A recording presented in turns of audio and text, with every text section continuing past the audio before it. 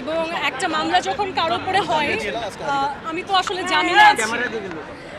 জামিনে আছি, আপনারা জানেন।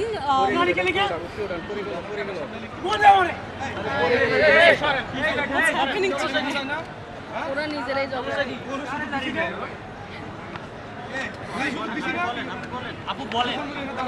আচ্ছা, আসসালামু আলাইকুম সবাইকে। আর আপনারা যারা আমাকে নিয়ে অনেক সংবাদ করছেন, আপনাদেরকে ধন্যবাদ যে আপনারা অ্যাওয়ারনেস ক্রিয়েট করছেন।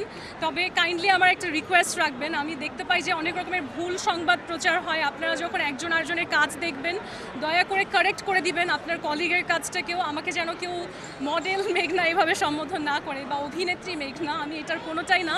আমি যে রাজনৈতিক প্রশিক্ষক, এটা আমার নামের আগে লিখবেন কাইন্ডলি। এবং আমাকে অনেক সময় মিস আর্ট বাংলাদেশ বলা হয়। মিস আর্ট বাংলাদেশ আমি 2020 সালে ছিলাম। এবং we believe once a queen always a queen, যে একবার আপনি যদি আসলে বাংলাদেশের টাইটেলটা ধারণ করেন, সারা জীবনই বাংলাদেশের নাম বহন করেন।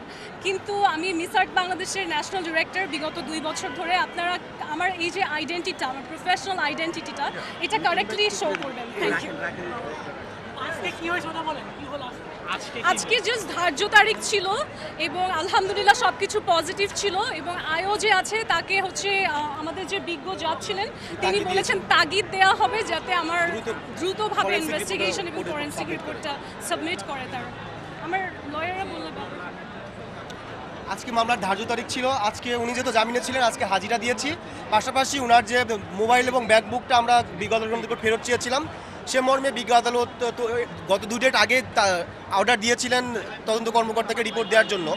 বাট তদন্ত কর্মকর্তা ফরেন্সিক সম্পূর্ণ না হয় রিপোর্ট দিতে পারে নাই। সো কোর্টকে আমরা আজকে অবগত করি, স্যার অনেক সময় গেছে, তারপরেও কেন রিপোর্টটা আসছে না। পরে বিজ্ঞ আদালত আমাদেরকে বলেছেন যে উনি সংশ্লিষ্ট তদন্ত কর্মকর্তাকে তাগিদ দিবেন যেন দ্রুত সময়ের মধ্যে ফরেন্সিক রিপোর্টটা বিজ্ঞ আদালতে প্রেরণ করেন। আজকে জাস্ট এটুকুই হয়েছে। এবং আপনাদের মিডিয়ার কিছু ভুল তথ্যের কারণে অনেকে হচ্ছে, আমি দেখছি অনেক ধরনের অবান্তর কথা বলছে যে আমার নাকি পাসওয়ার্ড তাদেরকে দেওয়া হয়নি। তাই আমার যে আসলে তদন্ত কর্মকর্তা আছেন, ওনার একটা কথা আপনাদেরকে আমি পড়ে শোনাই। যে উনি বলেছেন, ধন্যবাদ বিজ্ঞ কোর্টের আদেশ মোতাবেক আপনার সহযোগিতার জন্য। আগামীকাল কোনো একটা কারণে তাকে কোর্টে যেতে হচ্ছে। আমার ফরেন্সিক রিপোর্টটা পাওয়ার সাথে সাথে বিজ্ঞ কোর্টকে অবহিত করা হবে।